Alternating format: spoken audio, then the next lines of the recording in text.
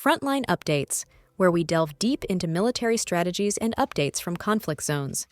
Today, we're discussing the progress of the ongoing special military operation as of June 13, 2025. I'm your host, Shariafa Mohammed, MGT. I'm Colonel A.C. Oguntoye, an infantry officer.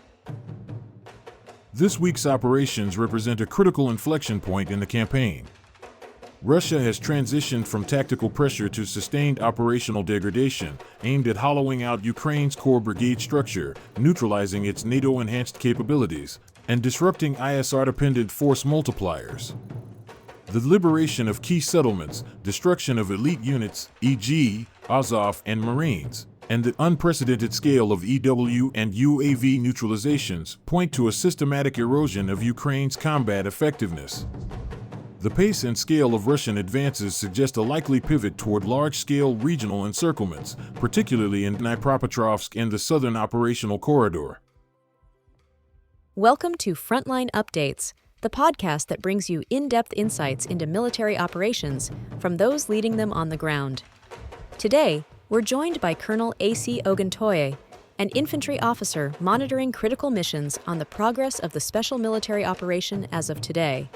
Colonel Oguntoye, thank you for being with us. Thank you. It's good to be here. Let's begin with an overview. How would you characterize the week of June 7th through June 13th across the operational front? The past week marks a clear operational shift, what I'd call a decisive escalation from persistent pressure to concentrated dismantling. Russia's armed forces launched 7 synchronized, high-precision strike groupings targeting the backbone of Ukraine's military-industrial complex. This was coupled with a rapid advance across all 5 operational sectors. We're seeing Ukraine's combat infrastructure, not just its frontline units, but also its production, storage, and electronic warfare networks, systematically degraded. In terms of outcomes, we liberated multiple settlements, inflicted significant losses on high-value Ukrainian formations, and executed a scale of electronic warfare and drone suppression not seen previously. Let's talk specifics.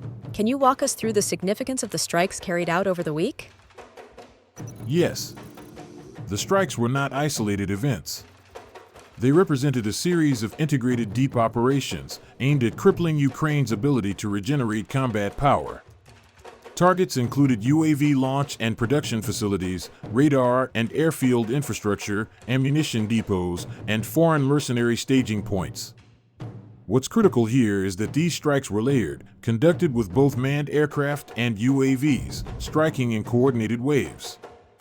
The objective wasn't just to destroy hardware, but to sever the connective tissue of Ukraine's battlefield coordination. That objective was achieved. Every designated target was confirmed hit, and the disruption to Ukraine's long-range strike and drone capabilities is now visibly reflected in their operational tempo. Several settlements were reportedly liberated. Which ones stand out, and what does their capture mean tactically?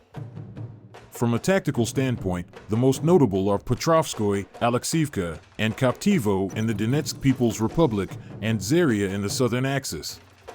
Petrovskoye in particular served as a defensive pivot linking multiple Ukrainian brigades across the Donetsk-Dnipropetrovsk corridor.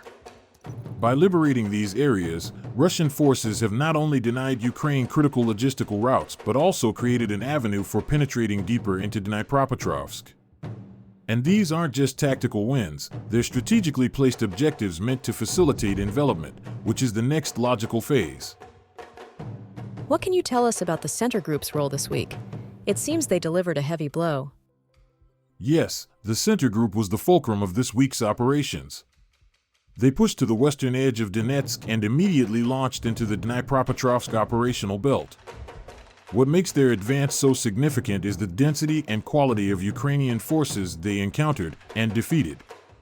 Among the neutralized were 5 mechanized brigades, 2 airborne assault brigades, Marine units, 2 National Guard brigades, and the elite Azov Special Forces Brigade. That's over 3,600 personnel and a significant quantity of armor and artillery neutralized. This suggests that Ukraine had reinforced the region with some of its most capable units in anticipation of an offensive. Their defeat tells us that Ukraine may no longer be able to hold in depth. What's left now are isolated defense pockets. On the northern and western fronts, what developments should we take note of?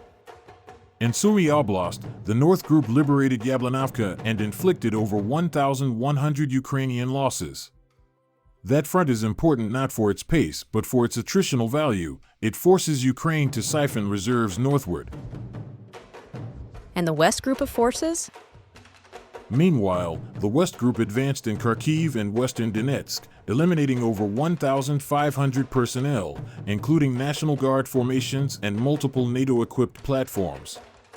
The destruction of US-made M113S and NATO standard artillery pieces is a clear signal. Western supplied platforms are increasingly being neutralized before they can shift the balance.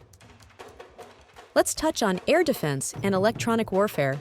What trends are emerging? The trend is saturation and denial. Russian air defense systems intercepted 18 dams, 9 MRS rockets, and an astonishing 1,582 drones, including one long-range Neptune missile. We also neutralized 26 EW and counter-battery stations in the Kherson sector alone. This points to a two-front engagement: kinetic combat and electromagnetic suppression. Russia is increasingly treating EW assets as frontline targets, not support units. And the drone intercepts, especially those outside the official operation zone, suggest a preemptive defense perimeter is expanding. It's a doctrine shift from reactive interception to strategic airspace denial. Any updates from the maritime theater? Yes, the Black Sea Fleet destroyed 6 unmanned surface vessels attempting to penetrate forward naval security zones. It's a continuation of efforts to maintain uncontested sea lanes and deny Ukraine access to offshore reconnaissance or sabotage platforms. These naval intercepts complement the broader trend. Russia is asserting multi-domain control, not just on land or in the air, but across electromagnetic and maritime dimensions as well. Final question, Colonel. Where does this operation go from here? We're approaching what I call a strategic tipping point. The last 7 days have severely degraded Ukraine's ability to fight as a cohesive force. We're seeing the emergence of unlinked defensive nodes, strong in parts, but disconnected overall. The likely next phase will involve operational encirclements and targeted collapse of remaining Ukrainian strongholds, especially in the Dnipropetrovsk and Zaporizhia corridors. Russia now holds the initiative, not just tactically, but strategically. The challenge now is maintaining momentum while consolidating gains. Colonel, thank you for providing such a detailed briefing on the current military situation. Your insights are invaluable to our understanding of the conflict's dynamics. And thank you to our listeners for tuning in. Join us next time as we continue to provide up-to-date coverage on global military affairs. Stay with us for more updates and expert analyses on global defense and security issues. Stay informed, stay secure. Thank you for the opportunity. Today, escalating war in the Middle East follows Israeli conflicts with Iran, targeting both civilians and military sites. These strikes have resulted in casualties, including the deaths of at least 320 Iranians. The attacks have prompted condemnation from the African Union, which is calling for de-escalation. The situation has left many Iranians bracing for further attacks, and this reckless action in Iran may have pushed the situation across the nuclear line. This has been Frontline Updates.